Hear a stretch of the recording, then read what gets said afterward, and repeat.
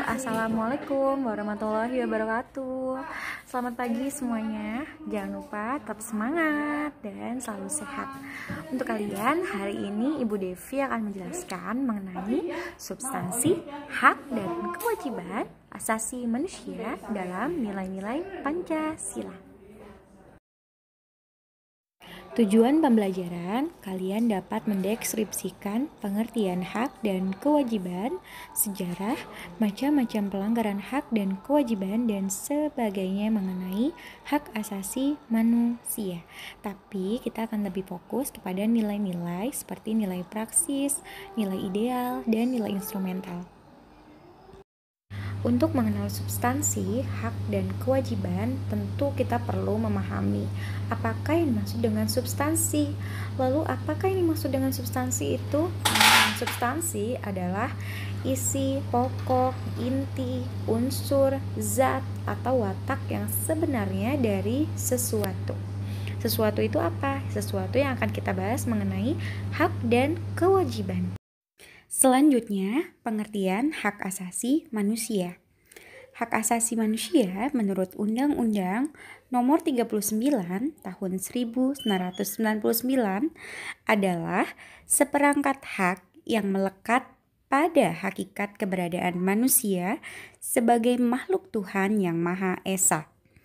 Hak itu merupakan anugerahnya yang wajib dihormati, dijunjung tinggi, dan dilindungi oleh negara, hukum, pemerintah, dan setiap orang demi kehormatan serta perlindungan harkat martabat manusia.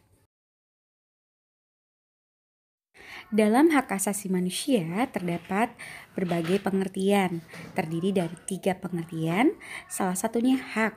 Hak adalah potensi, kepunyaan, dan kewenangan. Sedangkan asasi artinya mendasar atau pokok yang harus dimiliki. Dan untuk manusia adalah manusia yang hidup sejak dalam kandungan. Itulah arti dari hak asasi manusia apabila dirinci sendiri-sendiri. Selanjutnya, sifat-sifat hak asasi manusia. Untuk sifat hak asasi manusia terdiri dari 5 sifat. Di antaranya ada kodrat, hakiki, universal, tidak boleh dicabut, dan tidak dapat dibagi. Menurut kalian, karakteristik hak dan kewajiban asasi manusia itu apa sih? Ya, salah satu karakteristik hak kewajiban asasi manusia adalah bersifat universal. Artinya, hak dan kewajiban asasi merupakan sesuatu yang dimiliki dan wajib dilakukan oleh setiap manusia di dunia tanpa membeda-bedakan suku bangsa, agama, ras, maupun golongan. Oleh karena itu, setiap negara wajib menegakkan hak asasi manusia. Apakah karakteristik penegakan hak asasi manusia sama di setiap negara? Tentu jawabannya adalah berbeda. Hal ini dikarenakan setiap negara mempunyai ideologi, kebudayaan, dan nilai khas yang berbeda, di mana ketiganya ini mempengaruhi pola penegakan hak asasi manusia di negara tersebut.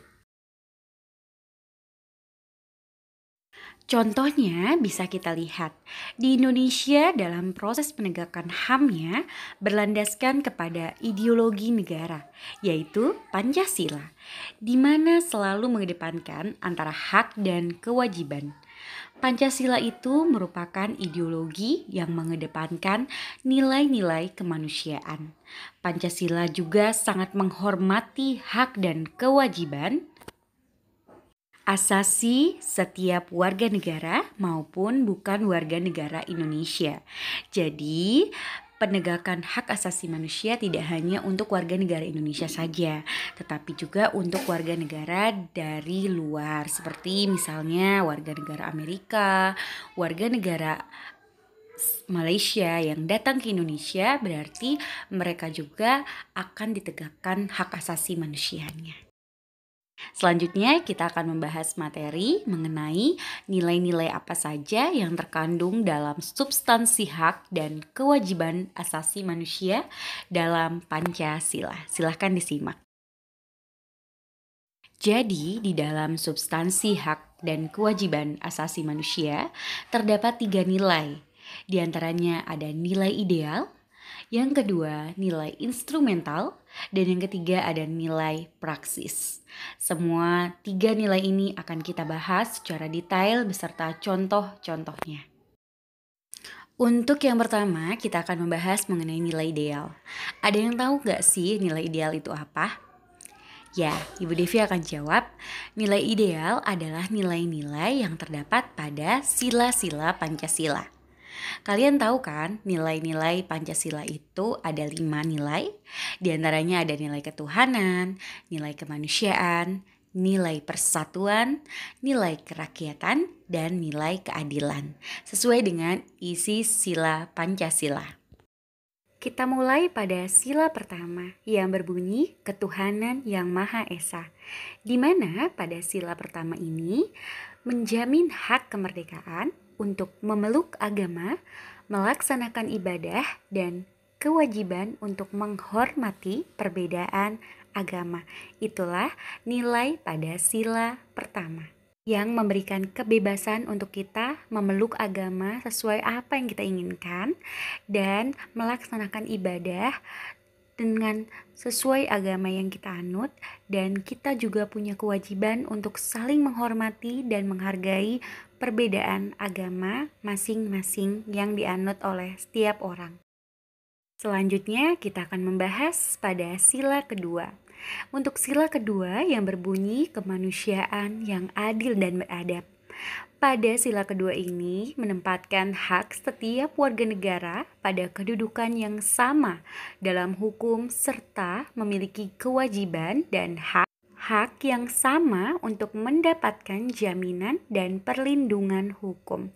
Jadi di nilai ini pada sila kedua terdapat nilai bagaimana seseorang itu memiliki kewajiban untuk saling menghormati dan melindungi satu sama lain dalam penegakan dan perlindungan hukum yang terkaitan dengan hak-hak setiap manusia. Untuk selanjutnya pada sila ketiga.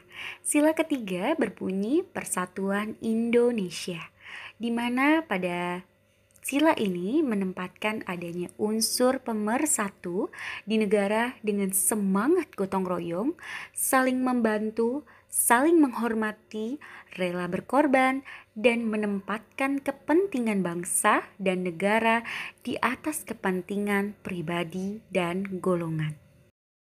Selanjutnya untuk sila keempat yang berbunyi kerakyatan yang dipimpin oleh hikmah kebijaksanaan dalam permusyawaratan perwakilan. Pada sila ini dicerminkan dalam kehidupan pemerintahan bernegara, bermasyarakat yang demokratis, menghargai hak setiap warga negara untuk bermusyawarah mufakat yang dilakukan tanpa adanya tekanan, paksaan, ataupun intervensi yang membelenggu hak-hak partisipasi masyarakat. Dan yang terakhir ada sila kelima, di mana berbunyi keadilan sosial bagi seluruh rakyat Indonesia.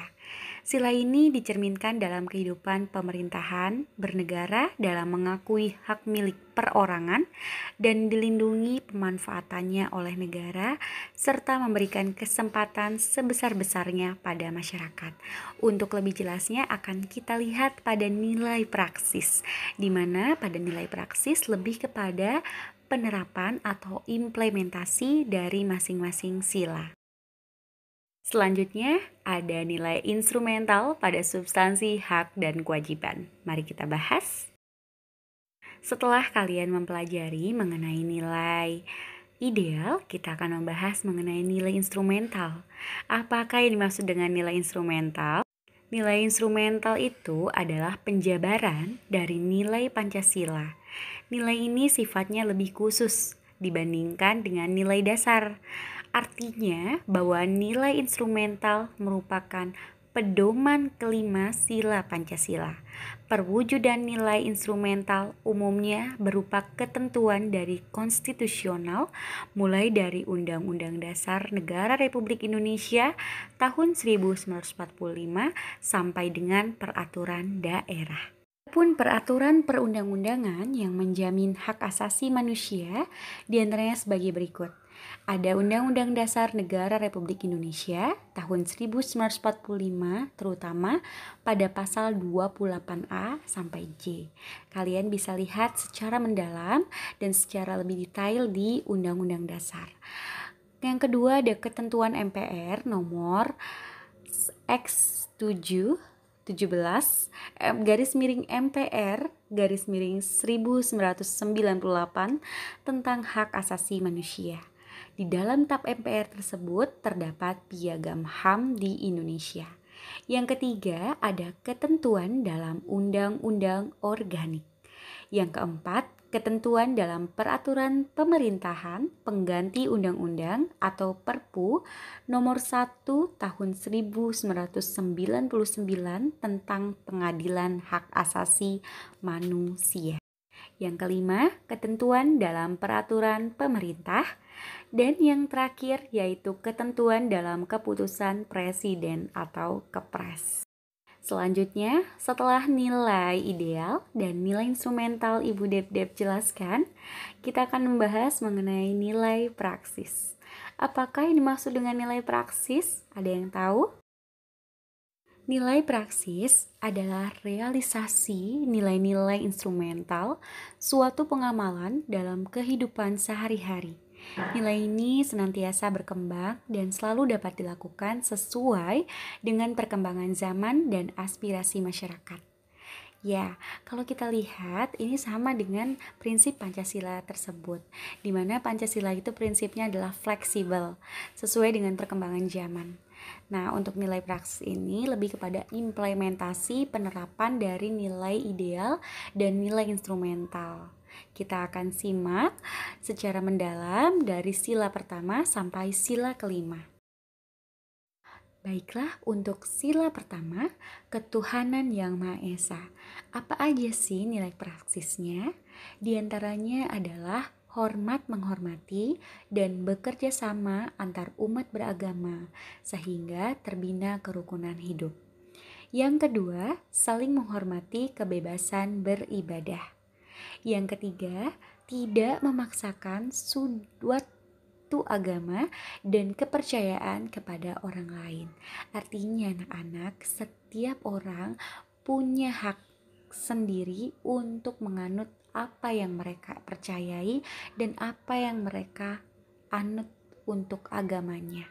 Jadi kita tidak boleh memaksakan kehendak mereka karena mereka punya hak tersebut. Begitu anak-anak. Kedua, kemanusiaan yang adil dan beradab. Nilai praksisnya diantaranya mengakui persamaan derajat hak, kewajiban antar sesama manusia. Yang B, saling mencintai sesama manusia. Kemudian, tenggang rasa pada orang lain. Keempat, tidak semena-mena kepada orang lain.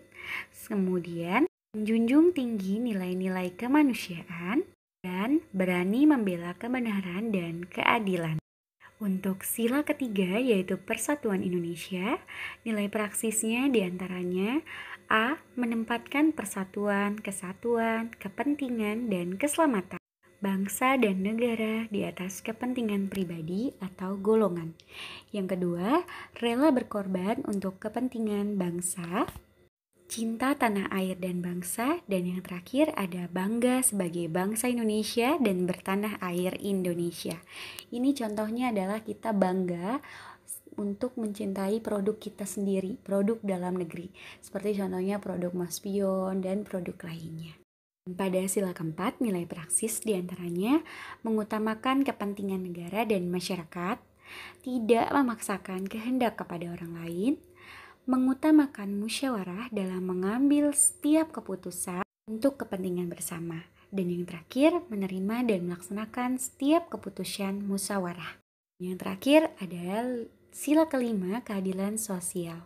Untuk nilai praksisnya, contohnya menjaga keseimbangan antara hak dan kewajiban. Selanjutnya, menghormati hak-hak orang lain, suka memberi pertolongan kepada orang lain, menjauhi sikap pemerasan kepada orang lain, menjauhi sifat boros dan gaya hidup mewah, rela bekerja keras, dan menghargai hasil karya orang lain. Itulah pembahasan materi. Semoga bermanfaat dan kalian dapat memahami dengan jelas. Terima kasih. Wassalamualaikum warahmatullahi wabarakatuh. Tetap semangat dan sampai jumpa di minggu depan.